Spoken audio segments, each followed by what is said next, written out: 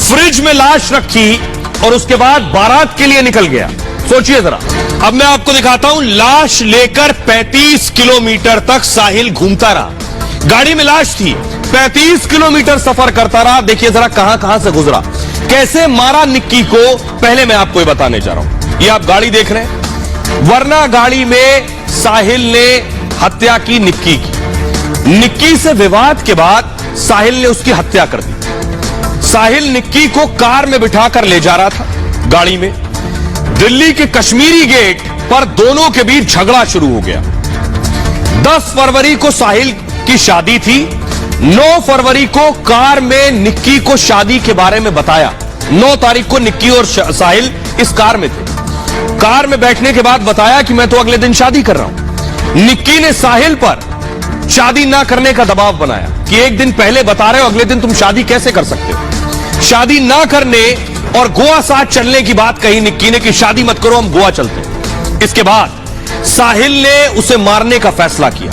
बेशक कार के अंदर दोनों के बीच झगड़ा हुआ, लड़ाई हुई, जिसके बाद कार में डेटा केबल थी और उसी डेटा केबल को साहिल ने निक्की के गले में लपेट दिया और डेटा केबल से गला घोंटकर निक्की को मार डाला गाड़ी के अंदर। जिसके बाद कार में ही निक्की की मौत हो गई।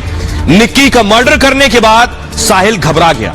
फिर साहिल ने इससे बचने के लिए प्लान बनाया। साहिल निक्की की लाश को लेकर दिल्ली की सड़क पर घूम रहा था।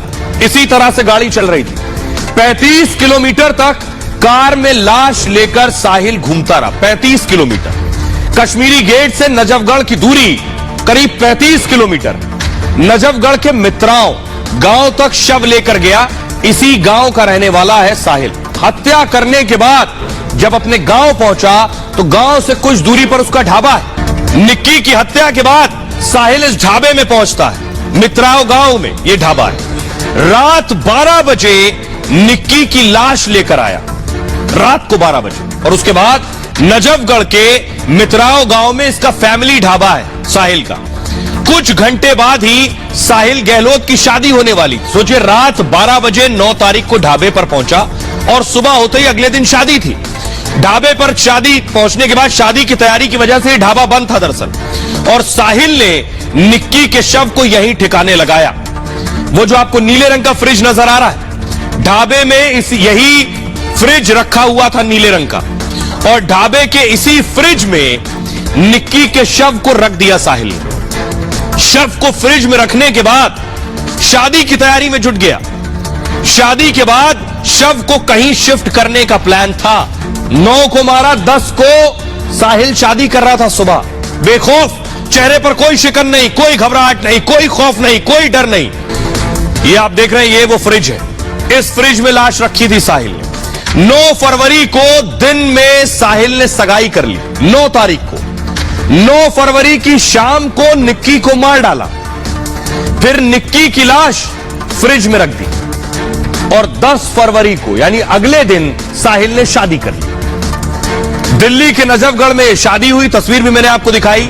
साहिल निक्की के साथ ही रहता था। साहिल ने निक्की से शादी की बात छिपाई थी। दोनों साथ में उत्तम नगर रहते थे। शादी की बात निक्की को 9 फरवरी को ही पता चली। निक्की शादी की बात से परेशान हो गई। उसने हंगामा करना शुरू कर दिया। निक्की ने साहिल को शादी ना करने को कहा। सगाई के बाद निक्की को बुलाया और उसके बाद उसकी हत्या कर दी। हत्या के कुछ घंटे बाद साहिल ने शादी कर ली। पुलिस को कैसे पता चला अचानक कि फ्रिज में बॉडी है और अचानक कैसे पुलिस पहुंच गई? दरअसल पुलिस को गुप्त सूचना से एक जानकारी मिली और इसके बाद पुलिस की टीम फौरन एक्शन में आ गई। साहिल के ढाबे पर पुलिस पहुंच गई। ढाबे के फ्रिज से निक्की का शव बरामद किया गया। 10 फरवरी को ही निक्की का शव पुलिस को मिल गया था, यानी 9 को मारा, 10 को शव मिल गया। साहिल का ढाबा गांव वाले घर से 700 मीटर की दूरी पर है और साहिल के खिलाफ पुलिस ने कई सबूत जुटाए। ढाबे के पास फोन की लोकेशन मिली साहिल की उस रात की, जिसके बाद ढाबे के फ्रिज में निक्की का शव मिला। पुलिस ने साहिल की कार भी जब्त की। हत्या में इस्तेमाल मोबाइल केबल भी बरामद किया, जिस डेटा केबल से गला घोंटकर मारा था निक्की को। पुलिस को कार से कई और सबूत मिले हैं। पुलिस सीसीटीवी फुटेज भी खंगाल रही है। आरोपी साहिल 5 दिन की पुलिस रिमांड पर है। पुलिस की टीम साहिल से पूछताछ कर रही है इस मामले में।